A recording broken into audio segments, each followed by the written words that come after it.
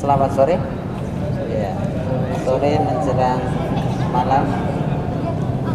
Kemudian cuacanya juga sudah mulai agak mendung. Ini kira-kira yang cocok apa kalau begini ya? Cocoknya ini duduk seperti ini, lesehan, tapi di depannya ada sesuatu. Maka terjadilah sesuatu yang salah. Baik, alhamdulillah, segala puji dan syukur kita kepada Allah Subhanahu wa taala. Mudah-mudahan dengan niat dan langkah ikhlas kita sore hari ini, Allah masih senantiasa melimpahkan nikmat dan karunia-Nya kepada kita dan menjadikan kita ini, dan kita juga berusaha untuk bisa menjadi hamba yang disebut di dalam Al-Quran itu minasyakiri, yaitu hamba yang pandai mensyukuri nikmat Allah. Yang pandai mensyukuri nikmat Allah sesuai dengan esensinya adalah yaitu menggunakan segala nikmat yang Allah berikan sebagai media untuk mendekatkan diri kepada Allah Subhanahu wa taala. Itu baru yang dimaknai minasyakirin, sesuai dengan tujuan daripada kita itu bersyukur tidak cukup dengan alhamdulillah saja. Kalau dengan ucapan alhamdulillah saja itu mayoritas ya, sampai yang tidak beriman sekalipun ya mudah mengucapkan atau bersyukur. Tapi adakah yang mengucapkan dengan dorongan hati keimanan, melahirkan ucapan sehingga membuahkan sebuah perbuatan? Nah, itu yang disebut dengan minasyakirin itu. Salawat dan salam semoga terlimpah dan tercurah kepada junjungan kita Nabi Muhammad SAW. Mudah-mudahan nanti kita termasuk umat yang betul-betul mendapat syafaatnya dari Allah melalui Rasulullah SAW. Teman-teman yang dimuliakan oleh Allah, terima kasih kepada pembawa acara sudah memberikan kesempatan bagi saya. Sebenarnya tema ini luar biasa dan bagi saya mungkin luar binasa jadinya ya. Kalau temanya luar biasa, bagi saya jadi luar binasa. Tapi baik, sedikit kita mempelajari ini nanti bersama. Kiranya tentu banyak kekurangan dan sebagainya. Mudah-mudahan dengan kita berpikir bersama bisa mencerna apa yang ingin diberikan kepada kita dan kita bisa menangkap hal tersebut. Baik. Sudah ada.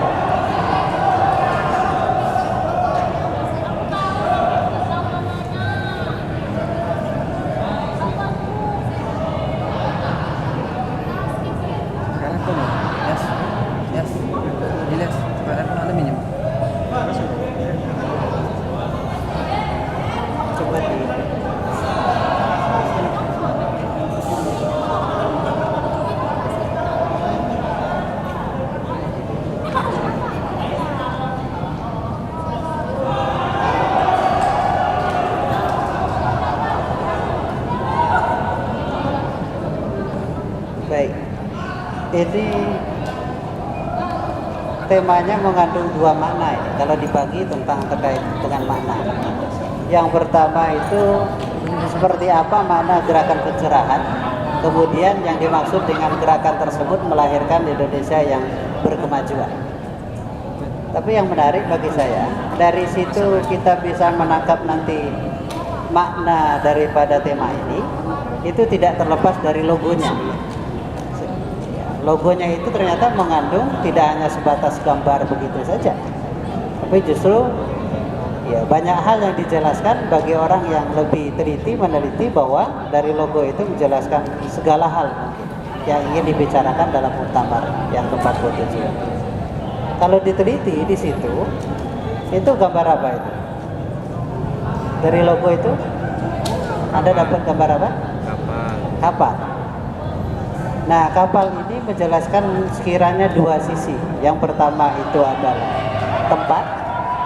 Yang kedua adalah kapal itu membawa sesuatu hal yang besar. Maka diartikan dengan angka di situ. Itu kalau diterjemahkan angka di situ adalah angka 47. Muktamar yang ke-47.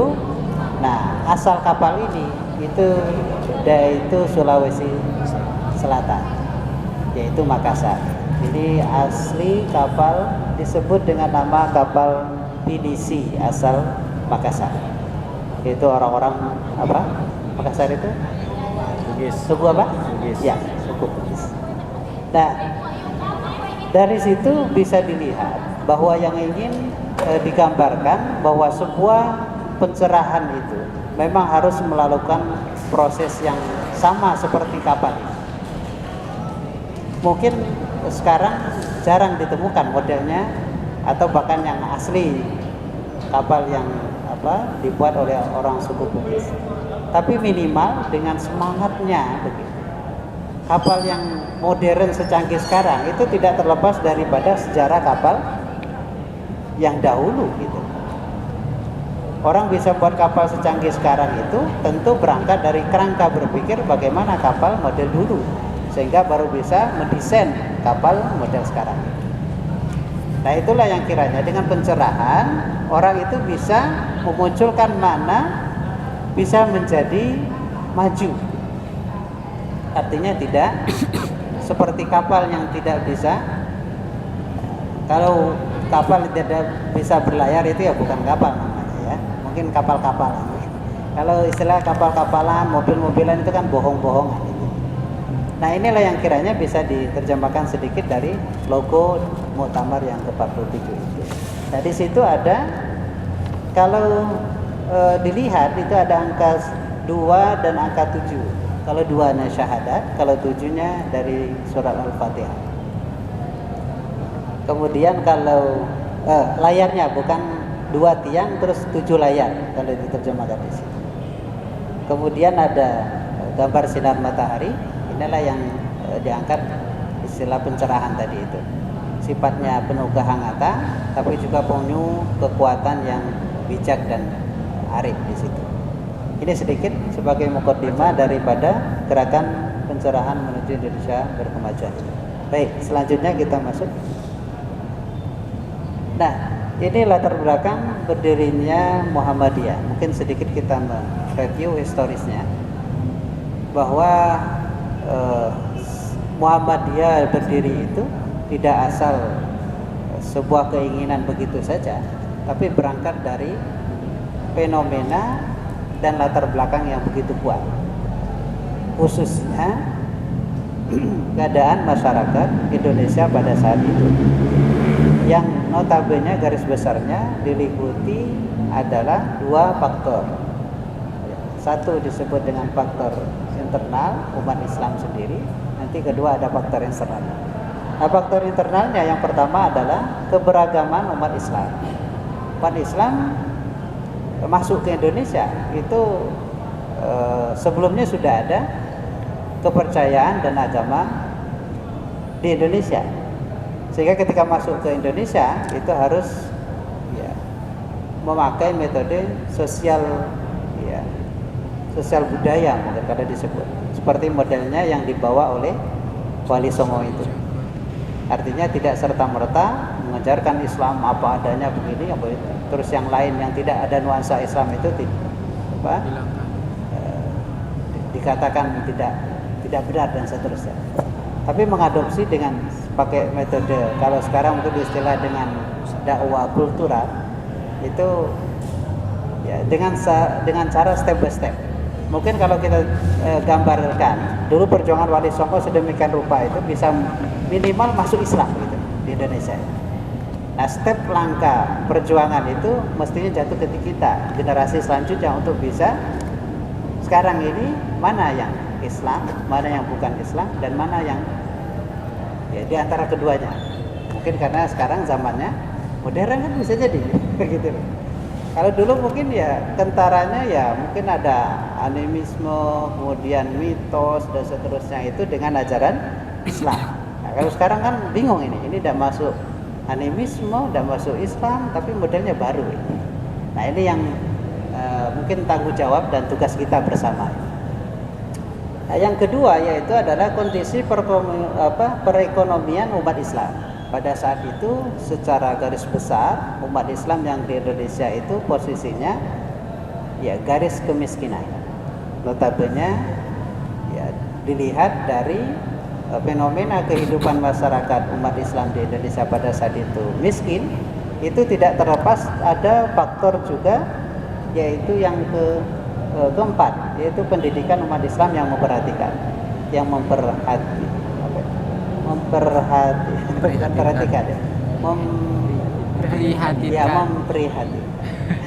Oke, itu mungkin salah karena saking semangatnya begitu. Nah, itulah yang menyebabkan bahwa dorongan fenomena dari pengamatan itu yang menggagas bahwa harus Muhammadiyah bergerak untuk bisa mengubah hal tersebut, fenomena tersebut, dan memunculkan seperti apa umat Islam yang sesungguhnya, yang berdasarkan dari Al-Quran dan As-Sunnah begitu. Nah, di samping itu sudah ekonominya lemah, kemudian pendidikannya sangat ketinggalan, ditambah lagi solidaritasnya antara satu umat Islam itu kurang begitu kuat. Ini sudah cukup menjadi gambaran bahwa faktor internal daripada ini menyebabkan Muhammadiyah memberikan semangat untuk berdiri di Indonesia. Kemudian yang kedua yaitu faktor eksternalnya. Faktor eksternalnya adalah yang pertama itu kebijakan politik kolonial pada saat itu yang sangat menjaga betul bagaimana supaya umat Islam ini tidak tersentuh oleh model-model pergerakan daripada gerakan-gerakan Islam di luar, terutama khususnya Timur Tengah, yang dimana pada saat termotivasinya Kiai Haji Ahmad Dahlan juga pengaruh daripada beliau ketika melaksanakan haji ke Mekah begitu. Nah, bagaimana politik moneternya Belanda ini? Yaitu memberikan batasan. Jangan sampai umat Islam ini bisa mendapatkan inspirasi atau bisa mendapatkan informasi bagaimana bentuk umat Islam yang sesungguhnya, yaitu salah satunya Hizbul Waton, atau bukan Hizbul Waton dalam Hasan al-Banna itu, artinya ada gerakan cinta terhadap negara dan cinta terhadap agama yang begitu kuat berdasarkan tuntunan agama, sehingga dibatasi dengan kolonial itu hanya orang-orang tertentu saja.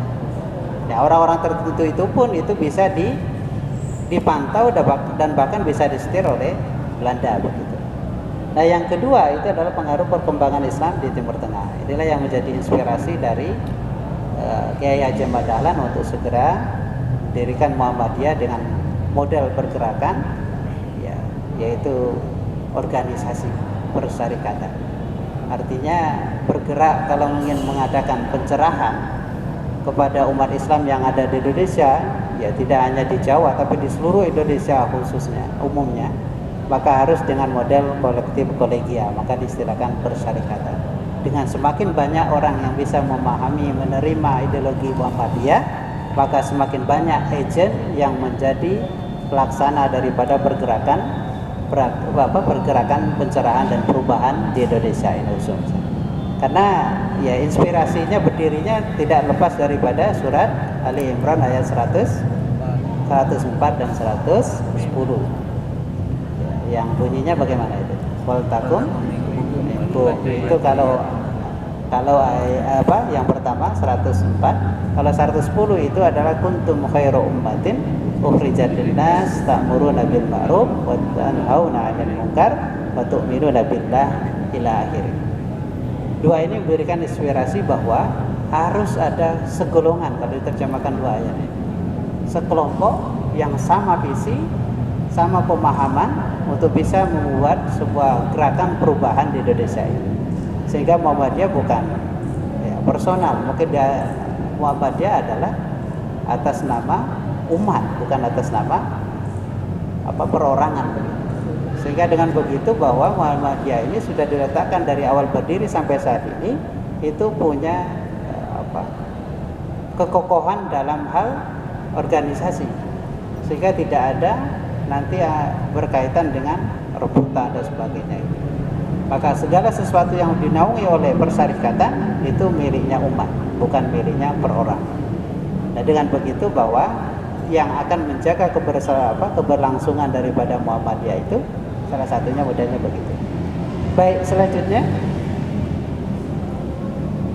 Nah, ini latar belakang tema muktamar itu. Yang pertama, itu adalah Islam yang berkemajuan sesuai dengan Al-Quran dan Al-Hadis.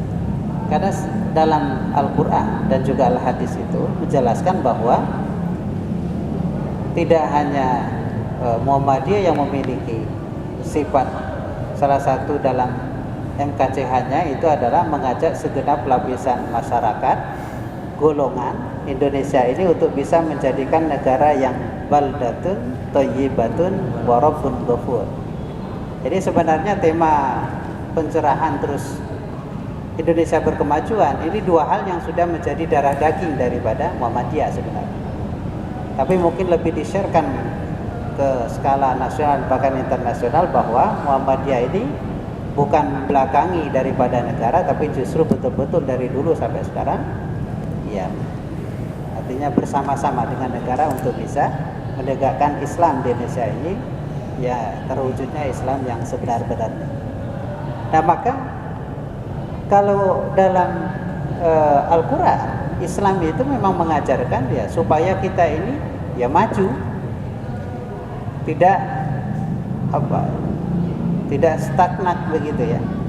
Artinya justru yang disebut dengan orang yang maju itu diindikasikan dengan bergerak. Maka kehidupan yang ada kita jalani ini dalam beragama, terutama kita umat Islam, itu adalah tanda indikasi kita itu hidup itu adalah bergerak. Nah, kalau sudah tidak bergerak, tidak mungkin dia bisa jadi maju. Nah itu, maka dalam Al-Quran dan Hadis justru memang Islam itu ya maju. Maka ada istilah Islam itu akan sesuai setiap tempat dan juga sesuai setiap zamannya. Karena istilahnya bahwa Islam itu akan terus maju, bukan berarti nanti Islamnya maju terus umatnya malah mundur. Kalau sekarang fenomenanya seperti apa? Istiqomah. Istiqomah ya. Istiqomah ya. Stabil. Tadi itu. Standar. Iya. Kalau dilihat sekarang ini ya betul Islamnya terus maju, tapi umat Islamnya belum tentu maju. Yang lebih memperhatikan lagi itu adalah umatnya malah justru ya meninggalkan, bahkan justru seharusnya mendukung, menggerakkan, kemudian betul-betul mensiarkan, malah justru tidak mensiarkan. Sekarang ini berkutat di posisi umat Islam ini lebih kepada toleransinya tinggi antar non agama, tapi sesama agama malah tidak ada toleransinya, apalagi sudah fanatisme dan seterusnya. Nah itu kan juga menjadi faktor-faktor yang menyebabkan umat Islam ini tidak bisa maju. Padahal dalam Al-Quran dan Hadis Islam ini harus maju. Maka kalau sekarang zamannya globalisasi teknologi, tidak ada pertentangan dengan adanya ajaran-ajaran Islam yang sudah lama. Tapi bagaimana supaya umat Islam ini mampu memakai ya, hasil daripada globalisasi dan teknologi ini sesuai dengan tuntunan ajaran Islam. Apa haram internet? Haram atau tidak? Enggak. Tapi haram ketika seseorang memanfaatkan internet dalam hal yang tidak baik, kan begitu. Kalau bentuknya Islam ini tidak sesuai zaman, maka benturan terjadi saat ini. Yang dulu sangat berapa? 15 kurang lebih 15 abad yang lalu Islam itu muncul, dengan sekarang itu bertentangan. Maka ada beberapa hal modelnya itu yang harus kita pahami, bahwa Islam itu tidak bergerak atau tidak di tempatnya saja. Nah, maka kalau dulu orang makan pakai 3 jari, itu memang posisinya makannya memang kondisionalnya ya makan 3 jari tadi itu. Kalau Islam itu modelnya begitu, maka mestinya umat Islam sekarang makannya pakai 3 jari. Kalau yang dimakan ketela, pisang goreng, weci itu 3 jari, 2 jari ya bisa. Ya. Tapi bayangkan kalau Anda makan soto, makan bakso, apa yang terjadi? Jatuhan. Ya Anda mungkin enjoy ya, pokoknya sedapatnya begitu lah. Tapi yang gak enjoy kan penjualnya, rugi dia karena Anda sudah selesai. Sementara pendapatannya harus masuk. Nah itulah yang menggambarkan salah satu contoh yang dasar, bahwa Islam itu dengan model sekarang ya bukan sesuatu hal yang ditolak dengan orang makan pakai sendok gitu. Tapi kalau makan yang lain pakai tangan yang kiranya bisa, ya silakan. Mungkin ayam goreng makan justru pakai sendok agak gimana? Kerepotan ya. Yang lain sudah selesai, Anda masih baru coba begitu saja. Baik. Nah, yang kedua adalah kepedulian terhadap nasib bangsa. Ini fenomena bangsa sekarang ini sangat ya memprihatinkan tadi.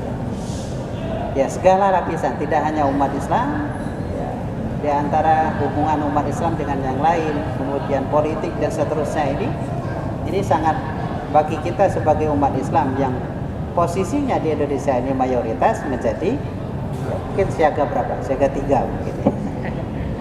Ya, jadi kan kita ini betul-betul agen perubahan lah begitu ya.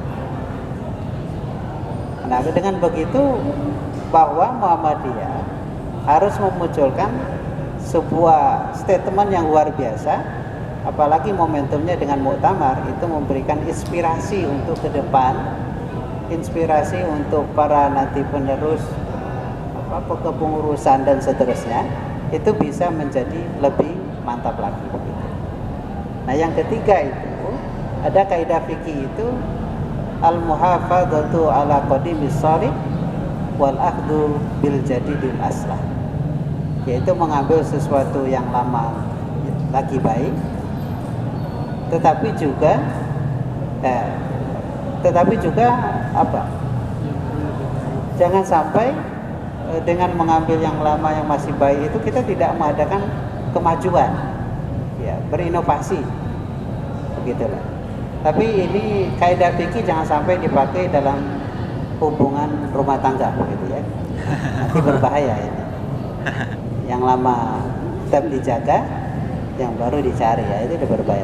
Tapi dalam hal mungkin perundang-undangan, peraturan sosial dan sebagainya itu tetap masih bisa berguna. Kaidah ini masih bisa berlaku. Nah, inilah latar belakangnya menginspirasikan muncul sebuah tema yang kita sudah hafal, yaitu gerakan pencerahan untuk bisa menuju Indonesia yang berkemajuan. Oke, baik, selanjutnya.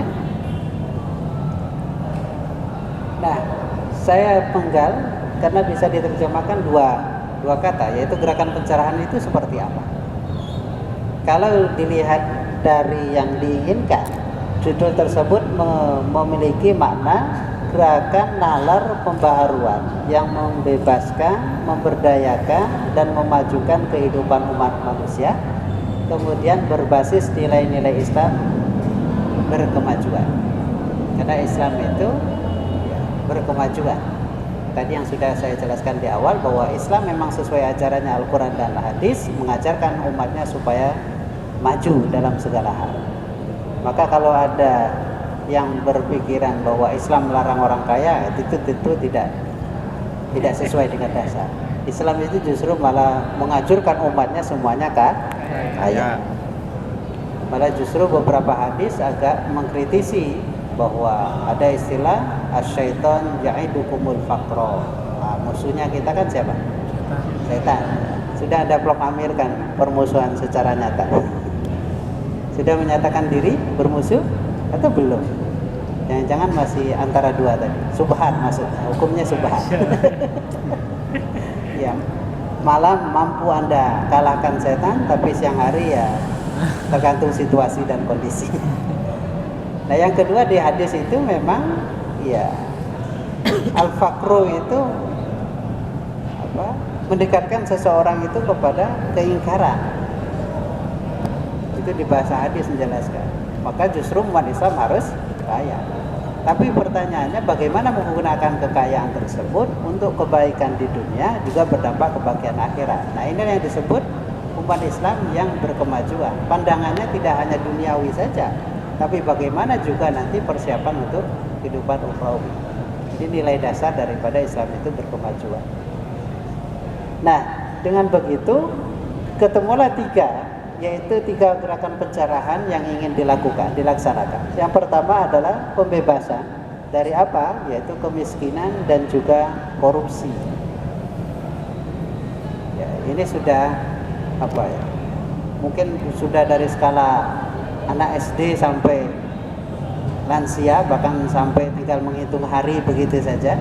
Kayaknya pembicaraannya tidak lepas pemberitaan, mulai media cetak, media massa, media apa lagi dan sebagainya itu. Ya dua ini model fenomena yang ada di Indonesia. Maka yang harus dibebaskan, khususnya umat Islam dan umumnya seluruh warga Indonesia ini, ya betul-betul tidak terjerumus dalam kemiskinan dan juga perilaku korupsi. Karena dua hal ini kayak sebab akibat. Sebab akibat yang sulit, ya kalau kemiskinan ditegakkan, diperjuangkan terus supaya tidak miskin, tapi yang tadi itu mematikan juga gitu. Sekian orang yang hanya dilakukan oleh satu orang, akibatnya bisa sekian orang begitu.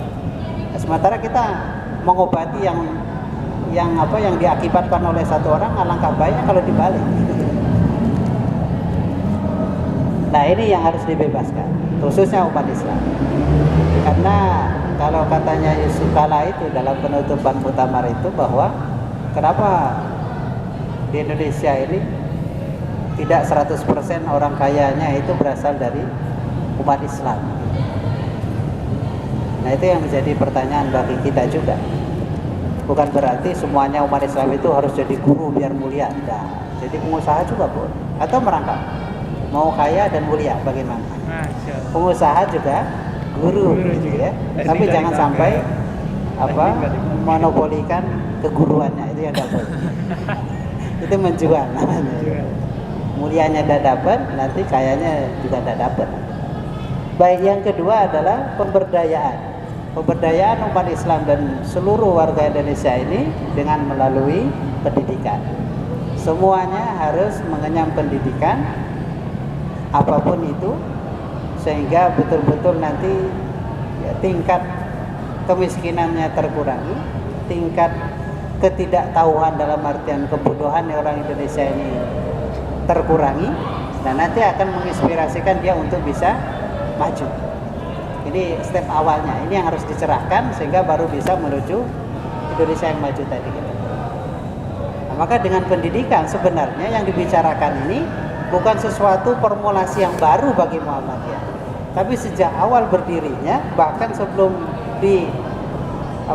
diproklamasikan Muhammadiyah itu berdiri, justru sudah berdiri lembaga pendidikannya dulu, yaitu kurang lebih 1109, yaitu dimulai di pendidikan Adabiyah di Padang. Nah artinya bahwa Muhammadiyah ini betul-betul konsen, salah satu gerakannya ya dalam lembaga pendidikan, bukan formulasi baru, tapi ya memperbarui mungkin manajemennya, gerakannya seperti apa gitu. Karena kalau dilihat hampir semua calon, ya mulai calon sekarang ini, kan sebentar lagi nanti Desember pemilihan serentak.